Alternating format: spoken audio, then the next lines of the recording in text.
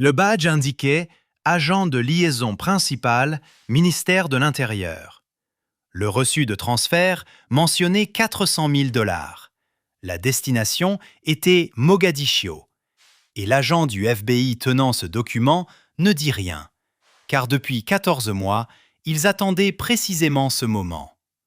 Remontons 48 heures en arrière. Bienvenue sur l'échiquier global, où nous explorons les rouages cachés du pouvoir. Ce qui s'est passé à l'intérieur de ce bâtiment fédéral va changer votre perception de chaque couloir de pouvoir dans cette ville.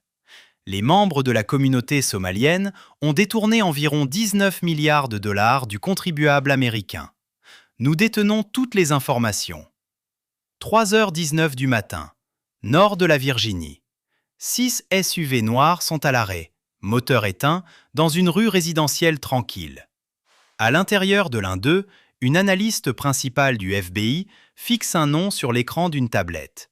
Elle le fixe depuis 11 minutes. Personne ne parle. Car tous savent que s'ils se trompent, des carrières prendront fin. S'ils ont raison, quelque chose de bien plus grand s'achèvera avec. Le syndicat financier de la Corne de l'Afrique drainait des fonds à travers Washington depuis 3 ans. Pas de cocaïne, pas de fentanyl, mais de l'argent, de l'influence, de l'accès. Le genre de monnaie qui n'apparaît pas dans les rapports de saisie de drogue. 197 millions de dollars blanchis à travers des organisations à but non lucratif écran, de façades d'aide humanitaire et de comptes de sous-traitants fédéraux. Et au centre de tout cela, un nom que les agents avaient encerclé, barré, puis encerclé à nouveau. Amina Hassan Diray, agente de liaison principale du ministère de l'Intérieur, fonctionnaire décoré. Et selon 14 mois de surveillance classifiée, la contrôleuse des opérations financières de tout le réseau AS sur le sol américain. 3 questions hantaient le commandement fédéral cette nuit-là. Qui, au sein du département, la protégeait? Où allait réellement l'argent? Car Mogadiscio n'était que la première étape. Et que contenait le dossier chiffré que les agents avaient signalé 6 semaines plus tôt, simplement intitulé « Endgame ». Continuez à regarder, car ces réponses arrivent, et aucune d'elles n'est celle à laquelle on s'attendait. 4h47 du matin, les équipes d'assaut du FBI ont agi simultanément sur 7 sites. Pas de sirène, aucune alerte, c'était intentionnel. Quelqu'un avait informé d'une opération précédente au sein de ce réseau il y a 8 mois. Un entrepôt à Alexandria était vide 30 minutes avant l'arrivée des agents. 30 minutes. Ce n'est pas une coïncidence, c'est de l'intelligence, c'est une trahison de l'intérieur. Cette fois, l'ordre de perquisition a été scellé au niveau de la direction.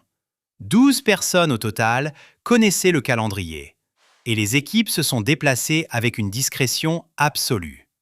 Le premier site, une maison de ville dans le comté de Fairfax, enregistrée au nom d'une société de conseil qui avait reçu 4 contrats fédéraux en 18 mois, a été pénétré en 11 secondes. À l'intérieur, 3 ordinateurs portables chiffrés, un coffre-fort biométrique et 2 téléphones jetables recevant activement des messages. Un message, encore en cours de chargement lorsque les agents sont entrés, disait « Il bouge, faites-la sortir ». Il avait été envoyé à 4h44 du matin, 3 minutes trop tard. Le second site, un entrepôt à Woodbridge, contenait ce que les agents avaient initialement cru être du matériel de bureau. Des baies de serveurs, des disques externes, des destructeurs de documents encore tièdes. Et derrière une cloison secrète, 230 000 $ en liasses de billets, 12 sacs de coursiers de type valise diplomatique, et un registre, physique, en papier, le genre que l'on utilise quand on ne fait confiance à aucun serveur sur Terre. Le registre comportait des initiales à côté de montants en dollars, 11 ensembles d'initiales. 4 d'entre elles correspondaient à des numéros d'identification d'employés fédéraux. Et qu'y avait-il sur ces disques durs? Cette question a propulsé l'enquête vers des sphères où personne n'avait l'autorisation d'aller. Si vous pensez que le RAID était l'histoire, restez avec nous. Le RAID n'était que la porte d'entrée. 10 heures plus tard, bureau régional de la division cybernétique du FBI en Virginie du Nord. Les analystes exécutaient des protocoles de déchiffrement depuis avant le lever du soleil. Les serveurs de Woodbridge utilisaient une architecture de chiffrement multicouche, du genre qui nécessite des outils de qualité militaire pour être déverrouillés, et qui laisse encore des fragments manquants. Mais les fragments suffisent. Les fragments sont une carte. Ce qui est apparu sur ces écrans, lentement comme une photographie se développant, était un réseau financier si profondément intégré dans l'infrastructure légitime que les enquêteurs l'ont plus tard décrit comme invisible au grand jour. Le réseau AAS ne trafiquait pas de drogue, il trafiquait des décisions. Des sociétés écrans, enregistrées dans le Delaware et le Maryland, alimentaient 3 organisations à but non lucratif bénéficiant de subventions fédérales actives. Ces organisations payaient des fournisseurs. Les vendeurs étaient des fantômes. Des SARL sans employés, sans bureaux, avec des adresses correspondant à des parkings ou à des services de réexpédition de courrier. L'argent entrait, était blanchi, puis sortait, vers Djibouti, vers Dubaï, et ensuite, en petite quantité, retournait vers des comptes liés à des cabinets de lobbying opérant à 2 pâtés de maison du Capitole. Nom de code de l'opération, Méridien de fer. 14 mois, 43 analystes. Et un nom ne cessait de refaire surface à chaque nœud du réseau. Un analyste principal, avec 26 ans de service fédéral, a appelé son superviseur à 8h40 du matin et a dit 4 mots. « Vous devez venir ici ». Ses mains tremblaient lorsqu'il a pointé l'écran, car la piste financière ne s'arrêtait pas seulement à Amina Hassan Direy. Elle passait par elle, puis remontait vers un nom bénéficiant d'une habilitation de sécurité fédérale. Quelqu'un ayant accès aux projets de politique, aux communications départementales et aux demandes de budget interagences. Une boucle ouverte se referme ici. La fuite d'il y a 8 mois, l'entrepôt vide 30 minutes avant l'arrivée des agents, a été retracée jusqu'à un responsable des contrats de niveau intermédiaire au sein du DHS. Les relevés de compte montraient 3 paiements, pour un total de 45 000 $, déguisés en facture de consultation d'une entreprise inexistante. Mais voici ce qu'ils ne savaient pas encore. Direy n'était pas l'architecte, elle était le pont. Et l'architecte avait un passé militaire, une nomination au pouvoir judiciaire fédéral, et un nom qui nécessiterait des autorisations au-delà du niveau du bureau local pour simplement effectuer une vérification. Réfléchissez un instant. Qui dans cette ville bénéficie d'une telle protection? La réponse arrive dans 60 secondes. 5h23 du matin. Centre de commandement de la Force opérationnelle conjointe, Washington, D.C. La carte numérique affichait 41 marqueurs rouges.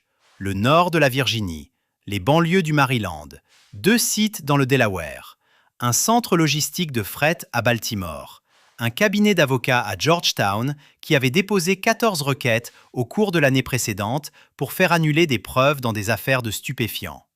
Des affaires liées à des réseaux ayant des liens documentés avec des syndicats financiers d'Afrique de l'Est. 1100 agents fédéraux, 44 unités d'intervention du SWAT, des unités tactiques de la DEA travaillant aux côtés des équipes d'intervention de l'ICE sur les opérations logistiques adjacentes aux frontières. Et pour la première fois dans cette enquête, un mandat fédéral scellé qui incluait le nom au-dessus de celui de Direy dans l'organigramme. Les arrestations sont survenues rapidement et discrètement. Un coordinateur logistique frontalier à Baltimore, interpellé à sa table de cuisine. 2 cadres d'organisation à but non lucratif à Bethesda. L'un a tenté de détruire un ordinateur portable avec un extincteur. L'autre est resté immobile et n'a rien dit pendant 9 heures d'interrogatoire. Un responsable des contrats qui avait approuvé 31 paiements fédéraux à des fournisseurs fantômes sur 2 ans, arrêté dans le parking de son immeuble de bureau à 6h08, tenant encore son café. Puis, le coup de théâtre inattendu. Dans une salle de détention à Fairfax, un coursier de bas niveau, 23 ans, américain d'origine somalienne, sans casier judiciaire, a regardé l'agent de l'autre côté de la table et a dit « Je vais tout vous dire, mais vous devez savoir qu'elle aussi avait peur. Elle avait des dossiers sur les gens au-dessus d'elle. Si elle tombait, il tombait. C'est pourquoi personne n'a rien arrêté. Il décrivait Amina Hassan Diré. Et ce qu'il décrivait était un système d'hommes morts. L'opération fut un succès. 197 millions de dollars d'actifs saisis, 41 arrestations dans 6 juridictions. Le réseau, à tous les égards, était démantelé. Du moins, c'est ce qu'ils pensaient. Car lorsque les analystes ont finalement déchiffré la dernière partition chiffrée sur les serveurs de Woodbridge, celle qui a pris 11 jours et 3 outils de déchiffrement de niveau NSA distincts pour être ouverte, ce qu'ils ont trouvé n'était pas des dossiers financiers. C'était un dossier de personnel, interne, fédéral.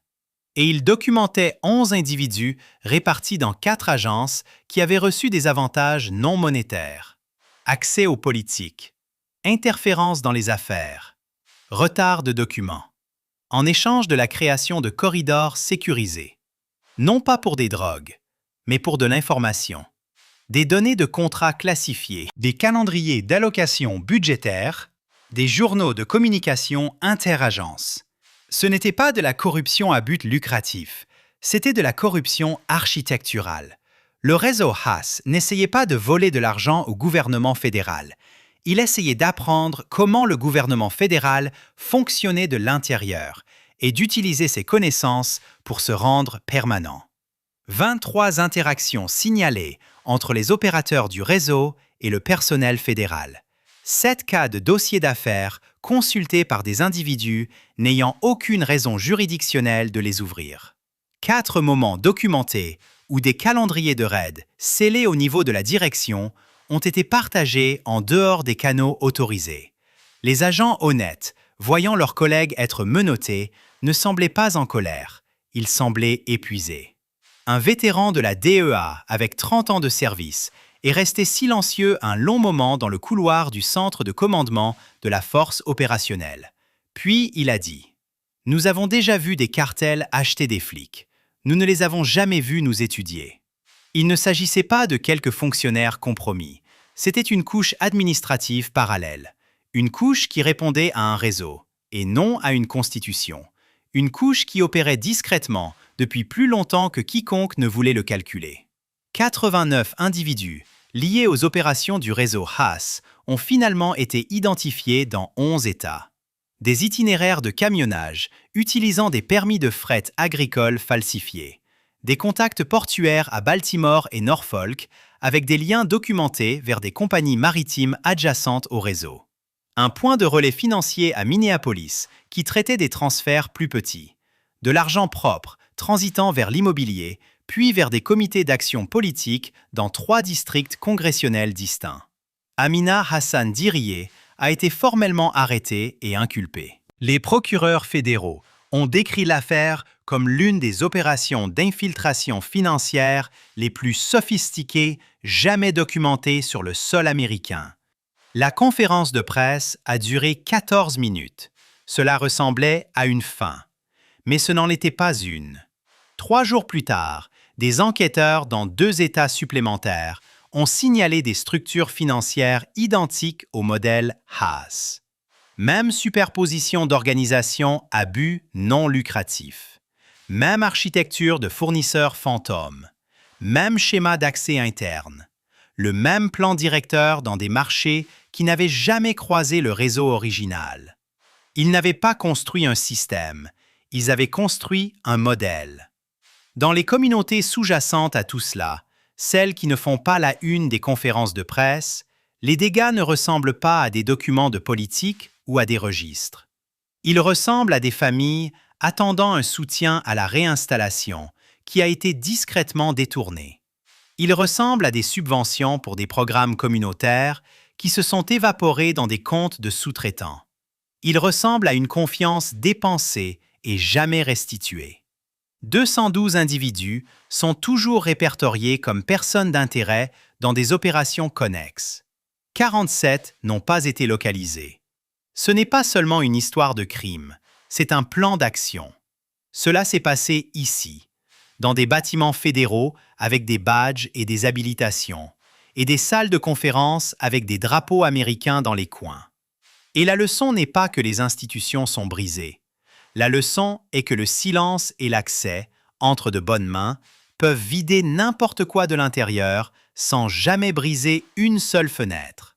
Et le nom au-dessus de celui de Dirier dans cet organigramme, celui avec une nomination au pouvoir judiciaire fédéral et l'habilitation militaire, cette enquête est toujours ouverte.